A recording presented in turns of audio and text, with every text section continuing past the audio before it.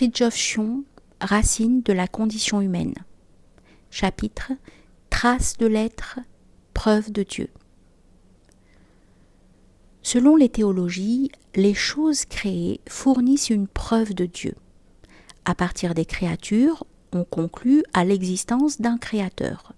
Sur ce point comme sur d'autres, les théologiens admettent volontiers que la raison puisse étayer le dogme sans qu'on doive leur reprocher pour autant l'atrophie intellectuelle généralisée qui justifie la scission de l'esprit en deux plans, la croyance et le raisonnement. Pour le métaphysicien proprement dit, qui est somme toute l'esprit demeuré primordial, et ce n'est être désobligeant envers personne que d'admettre qu'il existe encore, il ne s'agit pas, en face du mystère divin, de tirer telle conclusion, de telle preuve. Il s'agit au contraire de percevoir le réel transcendant à travers ses signes ou ses traces. C'est voir la cause dans les effets, le principe dans ses manifestations, les archétypes ou les idées dans leurs projections, le nécessaire dans le possible. Les phénomènes prouvent, ou plutôt manifestent, la réalité divine par divers aspects. Premièrement par leur existence pure et simple, deuxièmement par les catégories existentielles telles l'espace et le temps, et troisièmement par les qualités lesquelles différencient et hiérarchisent les choses telles les éléments, les substances, les formes. Viennent ensuite en quatrième lieu les facultés vitales, sensorielles, mentales, morales et intellectuelles ou spirituelles. Nous pourrions mentionner même, cinquièmement, les phénomènes privatifs, en ce sens que l'absence d'un bien prouve ou indique la possibilité de présence de ce bien, a contrario et ad majorem Dei gloriam, absence qui ne peut être que relative, le mal absolu n'existant pas. Mais il n'y a pas que les phénomènes objectifs, il y a aussi, et en un certain sens même avant tout, la subjectivité percevante. Elle aussi preuve de Dieu. La pluralité des sujets conscients et connaissants prouve par sa contradiction même l'unicité réelle d'un sujet absolu sous-jacent. Comme logiquement il ne peut y avoir qu'un seul sujet, la conscience du moi étant empiriquement unique, il n'y a en dernière analyse que le sujet un qui soit concevable sans absurdité. En un mot, la pluralité de sujets percevants ne peut s'expliquer que par l'unicité d'un sujet unique immanent. Il n'est pas hors de propos de faire remarquer dans ce contexte que la grande contradiction du matérialisme, c'est qu'il est pensé. Il n'est pas lui-même de la matière, il est un concept, donc quelque chose d'immatériel par définition. Le phénomène de la subjectivité, nous ne nous lassons pas de le dire, prouve concrètement l'absurdité de la thèse matérialiste du fait que la nature même du penseur dément ce qu'il pense. Autant déclarer objectivement que l'esprit humain est incapable d'objectivité ou qu'il est vrai qu'il n'y a pas de vérité, et ainsi de suite. Mais revenons au signe objectif de Dieu. L'illimitation de l'espace, du temps, du nombre, de la différenciation formelle, bref, l'illimitation cosmique tout court, indique par son apparente absurdité une dimension transcendante, où le contresens peut et doit se résoudre. L'illimitation empirique et extrinsèque doit déboucher en quelque manière sur une illimitation principielle et intrinsèque, laquelle n'est autre que l'infini métacosmique.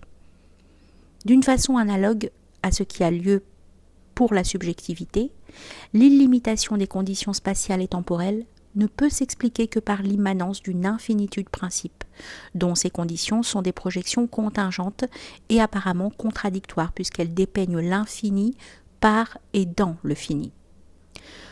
Quoi qu'il en soit, nous pourrions imaginer l'espace comme un contenant sphérique. Si on pouvait le traverser, on tournerait en rond en revenant non au point de départ sans doute, mais à un endroit en quelque sorte parallèle à ce dernier, quant aux trajectoires imaginaires. C'est là, du moins, une façon d'exprimer la limitation nécessaire de l'illimité manifestée. Du reste, il convient de ne pas perdre de vue que l'espace coïncide en fait avec l'éther et le temps avec l'énergie, dont les limites sont parfaitement concevables. L'expérience possible ou impossible de ces limites est une toute autre question.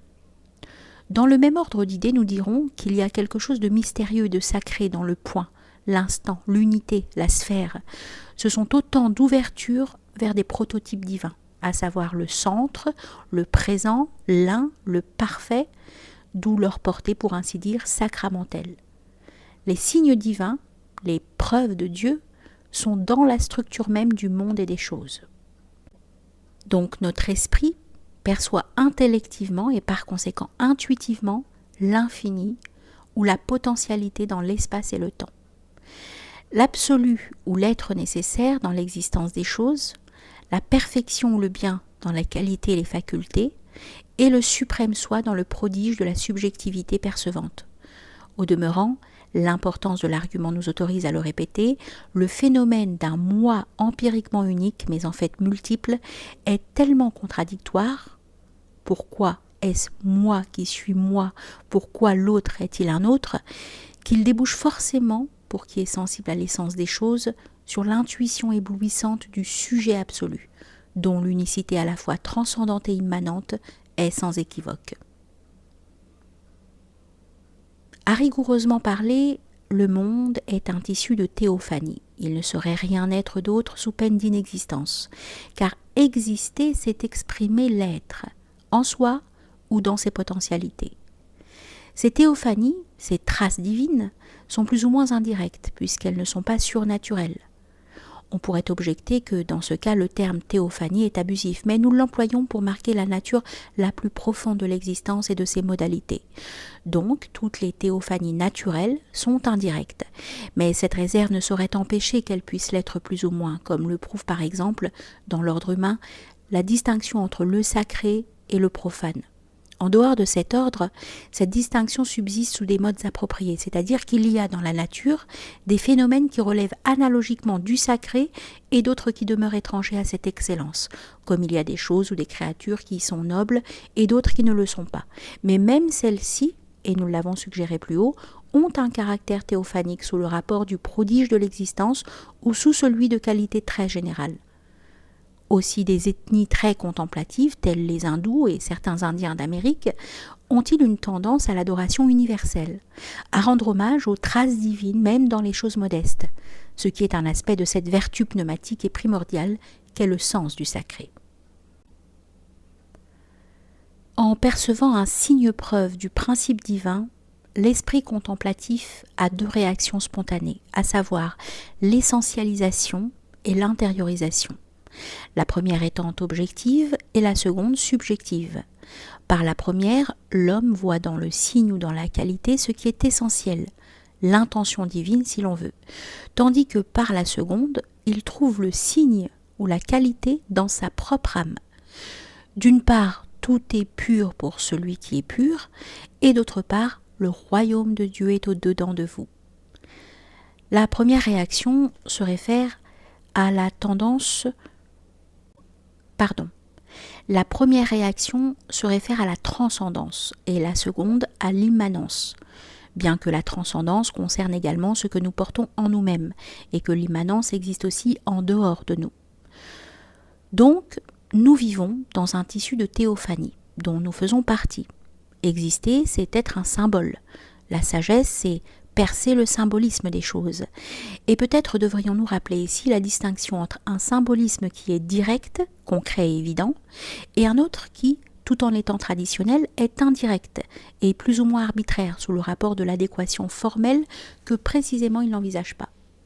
Le premier manifeste la réalité symbolisée, tandis que le second ne fait qu'indiquer un aspect fragmentaire, contingent ou accidentel de l'image choisie.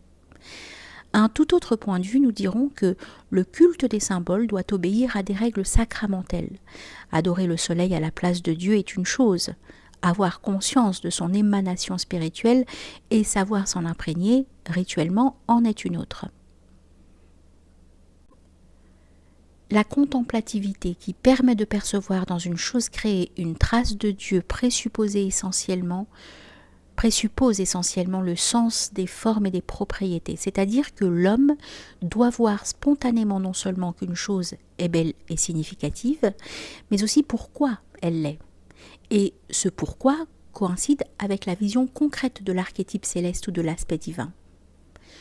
D'une façon toute générale, un phénomène sensible fondamental, les 5 éléments en offrent des exemples, non seulement est un symbole, mais aussi, et par là même, est une trace de ce qu'il symbolise. L'eau n'est pas seulement une image de la substance universelle, elle est avant tout cette substance même en tant qu'elle apparaît sur le plan matériel, ou en tant qu'elle est perçue par le regard de la relativité. À cette vision des qualités ou fonctions divines fondamentales se superpose celle de multiples aspects plus particuliers. Bref, celle des innombrables beautés ou puissances du règne céleste et de la nature divine. Ce qui est vrai pour les phénomènes du monde l'est également pour ceux de l'âme. Les vertus sont des traces du ciel ou des théophanies au même titre que les beautés de la nature ou de l'art. Toute vertu fondamentale est une façon de voir Dieu et comporte ipso facto une preuve ou un signe du souverain bien. Au demeurant, vivre une vertu, ce n'est pas se l'approprier, c'est être pénétré par elle. Ce n'est pas s'enfler, c'est au contraire s'éteindre, et en s'éteignant, trouver une vie nouvelle, laquelle en réalité est notre essence et notre nature primordiale.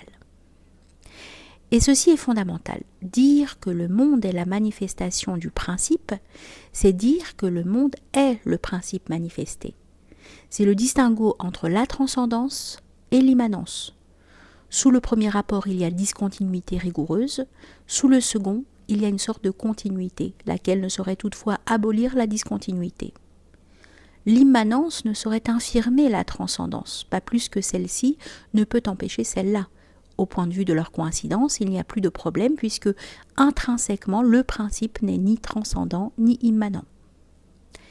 Répétons cependant, d'une part, la manifestation est nulle au regard du principe, d'autre part, si le monde n'était en aucune façon Dieu, il ne saurait exister. Nous percevons le monde au travers d'une multitude indéfinie de voiles. Voir les voiles en tant que tels, c'est ne pas percevoir Dieu, et c'est le lot de la plupart des humains qui n'ont de choix qu'entre l'incroyance et la foi.